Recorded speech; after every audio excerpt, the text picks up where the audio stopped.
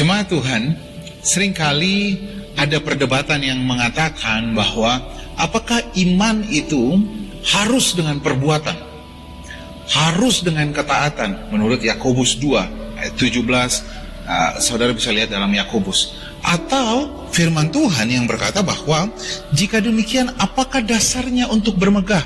Tidak ada. Berdasarkan apa? Roma 3 ayat 27, berdasarkan perbuatan? Tidak, kata firman Tuhan, melainkan hanya berdasarkan iman. Karena kami yakin bahwa manusia dibenarkan karena iman, ayat 28, bukan karena melakukan hukum Taurat. Apakah ayat ini menjadi saling bertentangan antara Yakobus 2 ayat 7 dan Roma 3? Apakah menjadi suatu kesalahan? Yang satu mengatakan harus dengan perbuatan, sementara yang lain berkata hanya dengan iman. Saudaraku, dua-duanya benar.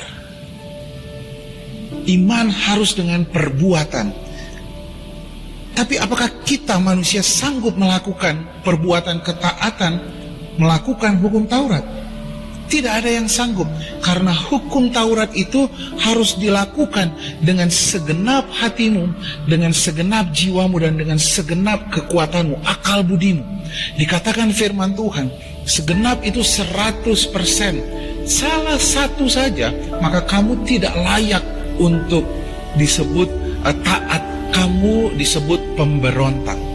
Karena Yakobus 2 ayat 10 katakan, hukum Taurat itu sempurna. Jadi kalau kamu salah satu, maka kamu bersalah terhadap seluruhnya. Kalau hukum Taurat itu jumlahnya 613, kamu melakukan 612, tetapi gagal melakukan satu, kamu bersalah terhadap seluruhnya. Itu sebabnya hukum Taurat itu harus dilakukan dengan segenap. Pertanyaannya, adakah yang bisa melakukan hukum Taurat ini? Tidak ada, karena salah satu, kamu bersalah terhadap seluruhnya. Di Alkitab ada diceritakan anak muda yang kaya datang kepada Tuhan dan berkata, apa yang harus aku lakukan? Perhatikan, dia katakan, apa yang harus aku lakukan supaya masuk ke dalam kerajaan surga? Dia mau pakai hukum Taurat, dia gak mau pakai iman, dia gak mau percaya. Dia hanya bilang, apa yang harus aku lakukan? Tuhan Yesus bilang begini, jangan mencuri, jangan berzina, jangan membunuh, dan sebagainya. Itu kan hukum Taurat. Dia bilang, oh sudah aku lakukan. Lalu dia katakan apa, saudara? Tuhan bilang begini, ada satu lagi, jual semua hartamu. Karena kalau mau ikut Tuhan, harus menjual semua hartanya. Dengan bersedih, dia pergi meninggalkan Tuhan, karena dia sangat mencintai hartanya. Saudaraku, orang ini tidak layak, bukan karena dia mencuri, bukan karena berzina, karena gak mau menjual hartanya untuk ikut Tuhan. Salah satu saja hukum Taurat ini bersalah terhadap seluruhnya. Dan yang luar biasanya lagi, hukum Taurat ini bukan melakukannya berdosa. Kalau saudara lihat, mencuri bukan mencurinya berdosa. Barang siapa yang mengingini barang orang lain, dia sudah mencuri. Membunuh bukan mengambil nyawa orang lain disebut membunuh, tetapi barang siapa yang membenci saudara seiman, dia sudah membunuh. Berzina bukan mengingini, bukan tidur dengan perempuan lain atau laki-laki lain, itu disebut berzina. Mengingini wanita lain saja sudah berzina, dikatakan firman Tuhan. Pertanyaannya, ada nggak yang sanggup melakukan hukum Taurat? Tidak ada satu orang pun yang dapat melakukan. Hanya Yesus yang tidak berdosa, yang sanggup melakukan semua tuntutan hukum Taurat di dalam dirinya. Lalu apa yang harus kita lakukan, saudara? Perhatikan, iman tanpa perbuatan, hakikatnya mati. Kita yang beriman, perbuatannya siapa? Yesus. Karena dicatat di mana? Roma 5 mengatakan seperti ini.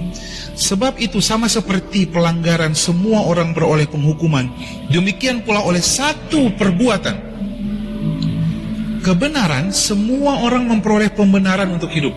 Karena satu perbuatan, jadi iman tanpa perbuatan. Imannya, iman kita, perbuatannya perbuatan Yesus. Jadi sama seperti oleh ketidaktaatan, Roma 5 sekarang ayat 19,